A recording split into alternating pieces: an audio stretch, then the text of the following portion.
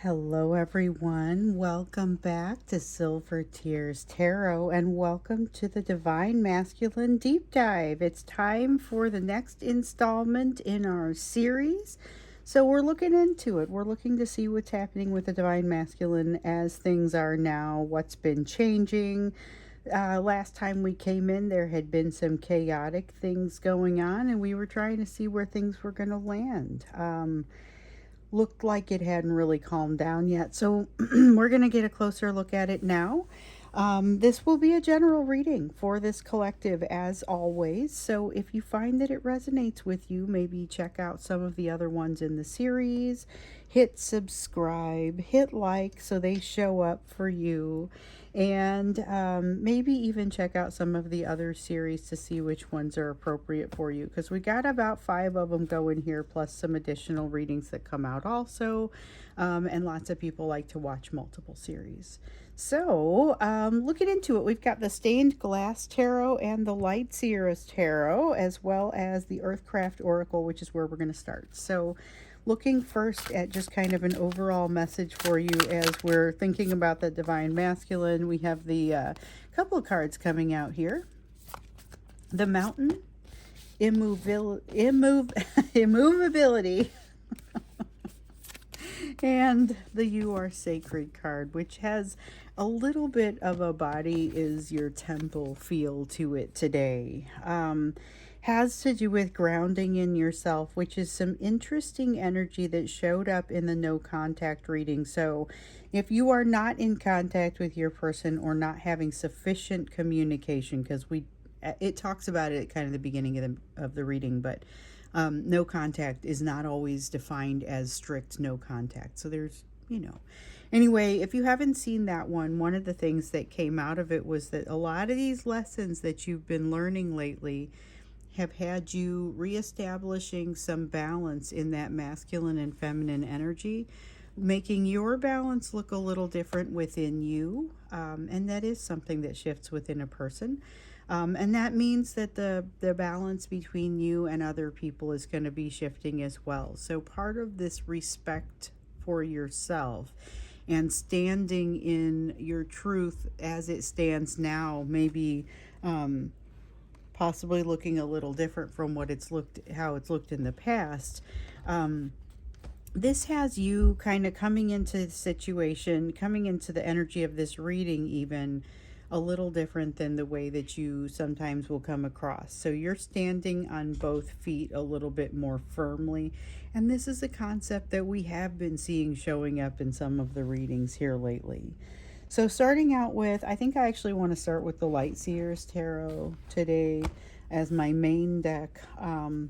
Let's look to see just broadly what is happening with the Divine Masculine at this time. We have the Hierophant in the reverse, not wanting to listen, with an undertone of not wanting to change. So that was the Death and Rebirth card that came out. And it came out with don't take this card, but use it as part of the message, like an afterthought or an additional thought. We also have the Queen of Swords here, a lot of cutting off their nose despite their face being satisfied with dreaming instead of doing. Here with the Ten of Cups, here is somebody who's doing a lot of playing it safe to the point where it's almost like they're afraid to leave the house. Now, not everyone here is going to be agoraphobic. Not everybody here is going to be afraid to leave the house or have those types of issues, but that's the type of energy that is here, okay? This Queen of Swords has them making very quick, easy decisions about what not to do. This Ten of Cups has them lounging back into some sort of more comfortable sort of situation that allows them a little bit of distance. So that feels like a theme. Creation of a little bit of distance to give them a sense of comfort or to give them a sense of not having to deal with something.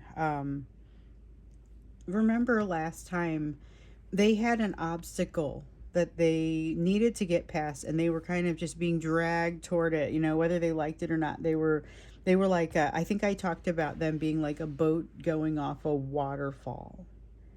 And so they're running out of space to make this decision and they were wanting to put the onus on you, I think, for this difficult decision.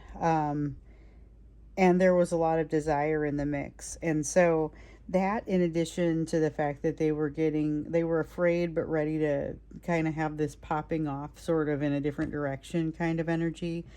The chaos hadn't calmed down for them yet. And now if you watch the no contact reading, you'll notice like this is serious energy welling up in this person that is very difficult to contain, while at the same point they're obviously still using that sense of dream and fantasy energy to quell that and to be able to get by.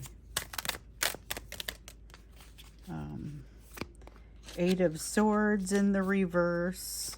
Okay, so we have the Eight of Swords and the Star in the reverse, along with the Three of Wands. And, okay, it would be cool if we got that Ace of Swords, but we don't. Three of Wands in the reverse, feeling a little bit like they've been beaten at their own game. So whatever that means, and that's not usually what I typically get from the Three of Wands, but it's not outside the realm of possibility. It's somebody who feels like they've used up all their chances, or they don't have some kind of opportunity, been beaten at their own game, something like that. Eight of Swords in the reverse, refusing to think about it. There's been a lot of them refusing to think about things. And if this is the same divine masculine that you are dealing with, if you are watching the no contact readings, it feels exactly like what we saw in the extended reading yesterday when we were looking at that. Or yesterday, I'm trying to think about, like, it was 2 days ago, but it doesn't matter. It's the exact same energy.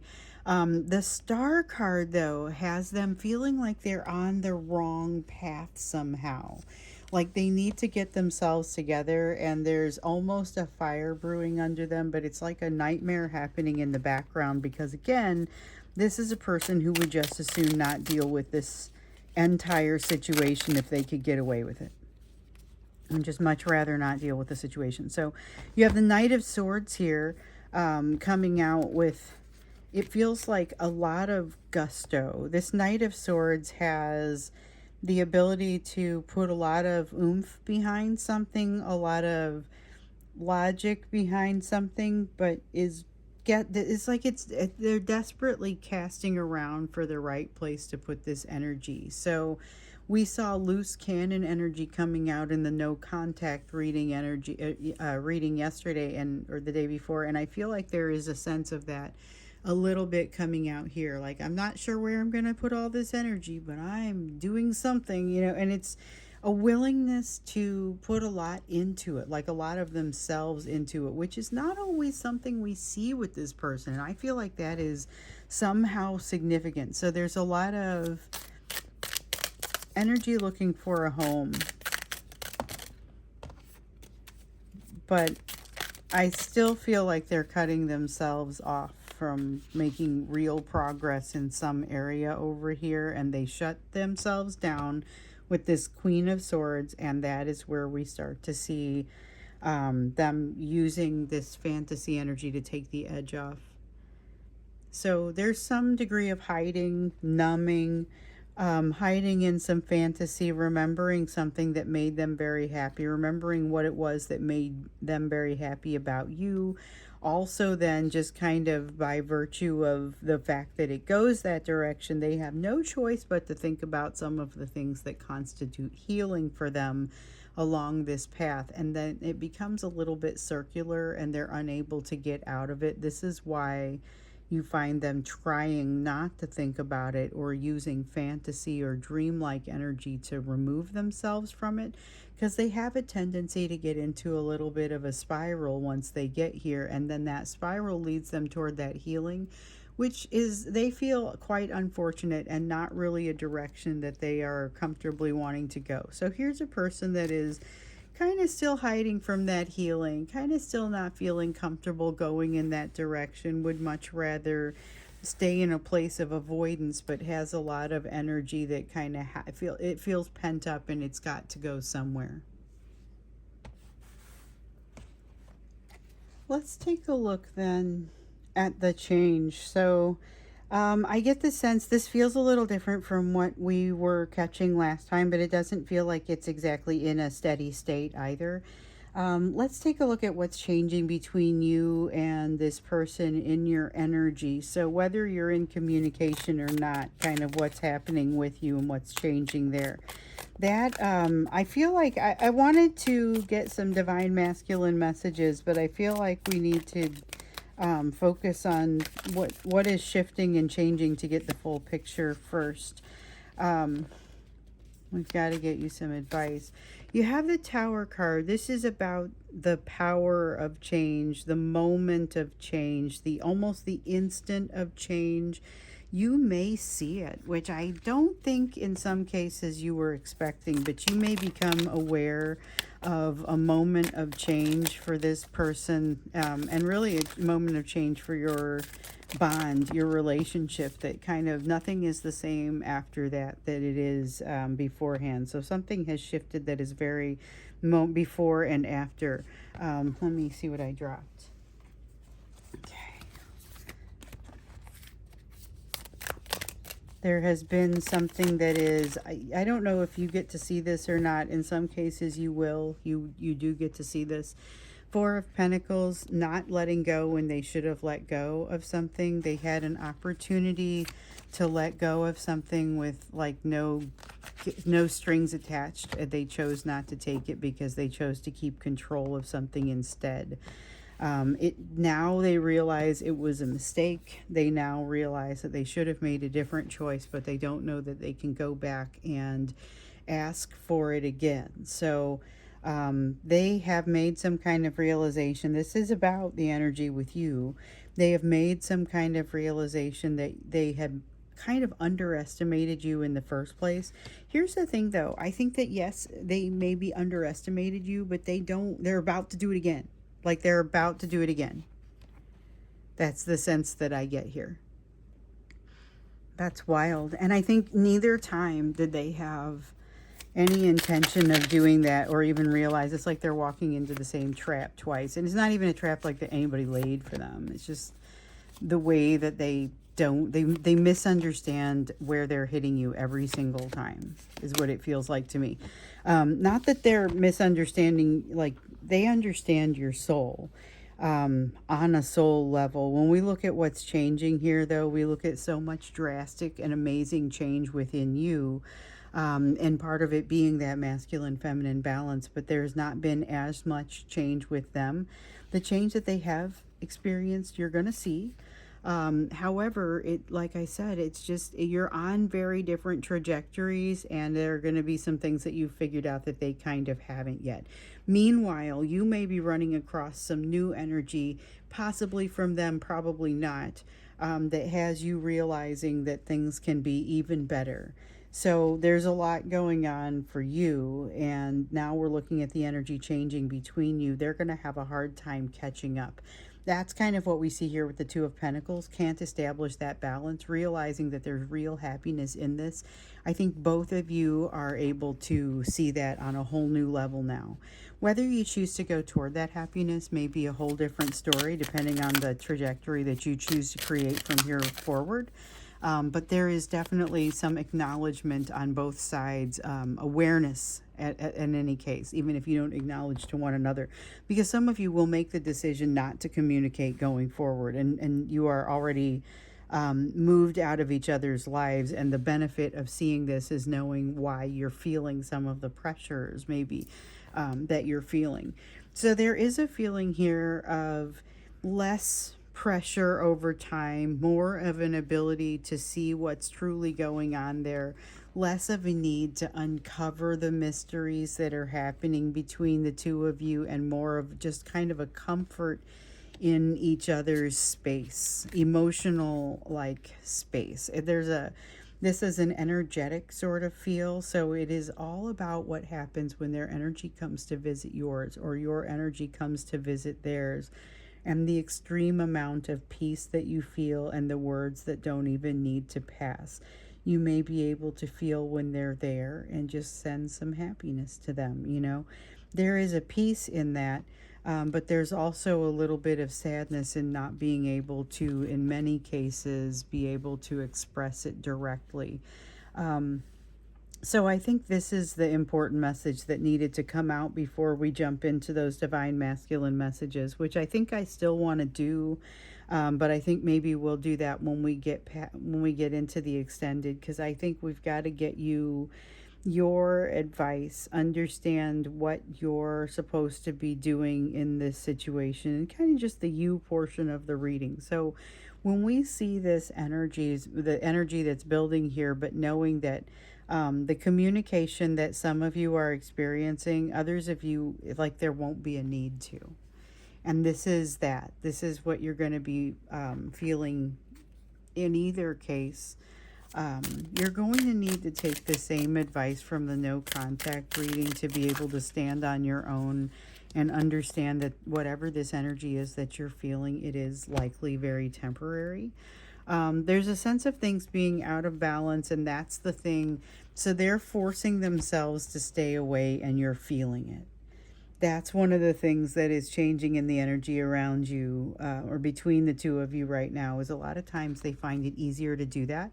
But with that Mercury retrograde energy, we saw it in the no contact reading, that Mercury retrograde energy, that August, getting down to it kind of energy, and then even that Leo fire, that passion, just kind of all comes together to mean you are they are some of them just on a path and not going to be able to not move toward you. But there are some that were also that we looked at the fears that were happening within them when we got into the extended, and we saw some of the reason why they may be able to avert that. But some of them are running into you by accident. I mean, this is not necessarily always something that they have complete control over. In any case, though, there is this fear. There is this fear of letting things be an even balance. This fear of allowing things to move to a next level, feeling like they will lose control, that they will lose some sort of freedom and become obligated in some way. It's almost an irrational fear that they're very aware of, but this is something that they simply can't seem to shake. You've got the Temperance card here in the reverse. There may be some desire to kind of keep things out of balance, but keep you close.